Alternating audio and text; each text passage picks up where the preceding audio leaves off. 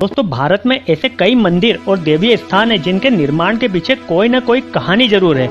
इनमें से कई मंदिरों का निर्माण तो देवताओं द्वारा दिए गए वरदानों के कारण हुआ है। पर आपने कभी ऐसे मंदिर के बारे में सुना है जो कि श्रापित मंदिर है, जिस मंदिर को श्राप है कि यहाँ पर सूरज डूबने के पश्चात कोई भी इंसान आएगा तो वो पत्थर का बन जाएगा।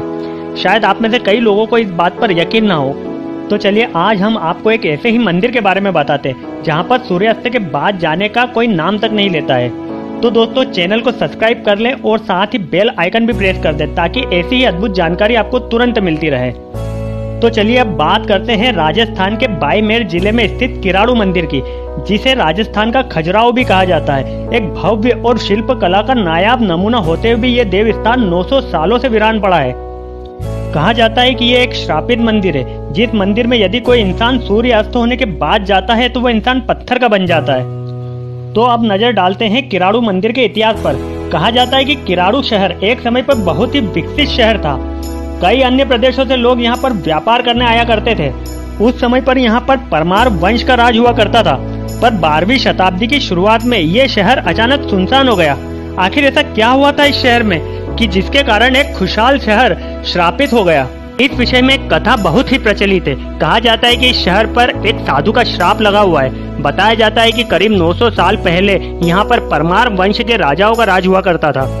उस समय पर एक साधु अपने शिष्यों के साथ यहाँ पर आकर बस गए। कुछ दिनों पश्चात वो साधु देश भ्रमण के लिए निकले और अपने शिष्यों को स्थानीय लोगों के भरोसे छोड़ दिया। कुछ दिनों बाद सारे शिष्य बीमार हो गए। उस समय पर बस एक कुम्हारन को छोड़कर शहर के किसी भी अन्य व्यक्ति ने उनकी देखभाल नहीं की। कुछ दिनों के पश्चात जब साधु भ्रमण से लौटे तो अपने शिष्यों की हालत देखकर उन्हें शहर वालों पर बहुत क्रोध आया। साधु ने कहा, जहाँ पर दया का भाव नहीं वहाँ पर मानव जाति को नहीं रहना चाहिए। और क्रोध में आकर उन्होंने शहर वालों को पत्थर बन जाने का श्राप दे दिया। और जिस कुम्हारन ने उनके शिष्यों की सेवा की थी, साधु ने उसे शाम होने से पहले शहर से चले जाने को कहा और साथ ही यह आदेश दिया कि जाते समय पीछे पलटकर ना देखे, नहीं तो वो भी पत्थर बन जाएगी। लेकिन कुछ दूर जाने के बाद कुम्हारन को साधु की बातों पर शंका हुई और उसने पीछे मुड़कर देख ही लिया और आखिरकार वो भी पत्थर ही बन गई। साधु द्वारा दिए गए श्राप के बाद यदि कोई भी इंसान सूरज ढलने के बाद इस शहर में रहता है तो वो भी पत्थर का बन जाता है। तभी से ये शहर सूरज ढलने के साथ ही वीरान हो जाता है। कुछ इतिहासकारों का मानना है कि किराड़ू शहर मुगलों के आक्रमण के कारण वीरान हुआ था, पर इस प्रदेश में मुगलों का आक्रमण 14वीं शताब्दी में हुआ था और किराड़ू 12वीं शताब्दी में ही वीरान हो गया था, जिसके सबूत यहाँ पर लिखे शिलालेखों पर मिलते हैं। तो स्वाभाविक सी बात है, इसके वीरान होने का कारण कुछ और ही है। तो चलिए अब बात करते हैं किराड़ू मंदिर के निर्माण के बारे में।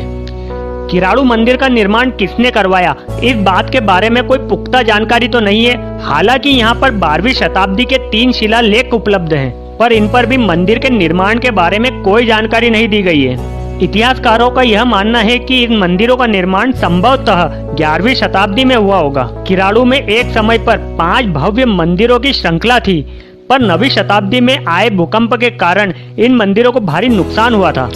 और दूसरा, सदियों से वीरान रहने के कारण इन मंदिरों का रखरखाव भी नहीं हो पाया है। आज के समय पर इन 5 मंदिरों में से विष्णु मंदिर और सोमेश्वर मंदिर ही कुछ ठीक हालत में है। दोस्तों, सोमेश्वर मंदिर यहाँ का सबसे बड़ा मंदिर है।